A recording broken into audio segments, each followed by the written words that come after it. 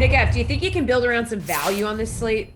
Yeah, there is one guy who jumps out to me, and I know there's a lot of value to be had right now. I know the Magic percent a ton of value going up against the Pelicans, and I know Cam Reddish had a big night last night, and people are going to want to go and back him up against the Sixers. But for me, Max Strus is the guy tonight that you got to go with at 5.2K going up against the Pistons. He's had 34.5 DK fantasy points or more in his last 3 games. One of those games was against the Pistons.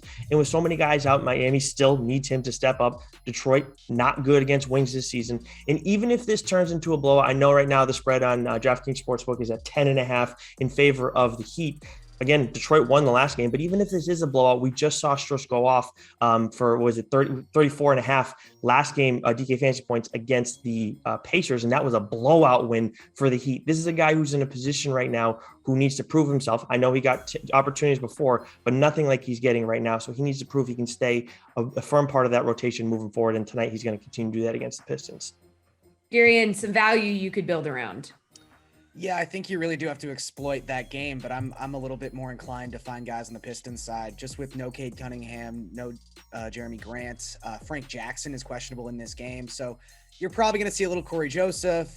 I know Killian Hayes just seems like he's in the doghouse in Detroit right now, so I would lean towards 2 guys. One being Saban Lee, who just was kind of like the 2020 darling value play tended to be. He's been playing a lot more minutes lately, averaging basically a DraftKings point per minute with Cade and with Grant off the court so far this season. So he's probably pretty much a lock to reach 5-6x value if he's just playing 25 to 30 minutes.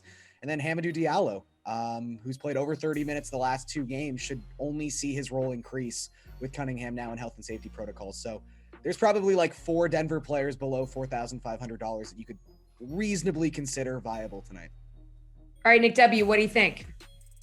Yeah, I mean, the fact that we're at this point now in the season where Hamidou Diallo has played 30 minutes in multiple games in a row can be said in the same sentence is kind of emblematic of where we're at. But I do like those calls in Detroit. There's going to be a lot of value there. I think with Jonas Valanciunas out tonight, Willy Hernan-Gomez becomes pretty viable for New Orleans. He's at 3,800. He's routinely been putting up 15 to 25 DraftKings points as a backup to Valanciunas off the bench. So I think he'll be in a really good spot with his minutes set to, potentially double tonight, given their situation. I do like Onyeka Okongwu again at 3,100. I talked about him yesterday. He was on a minutes limit in that game against Orlando, but still got to 23 DraftKings points, had 3 blocks in 19 minutes. He's always really, really impressive in small spurts. So hopefully on the second night of a back-to-back, he gets a slightly extended workload, maybe plays a little more than Gorgui Dieng.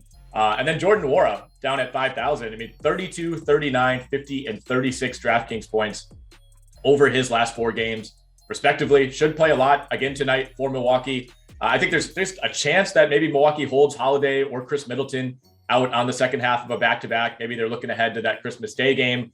If that's the case, then I think Nwora becomes my favorite value.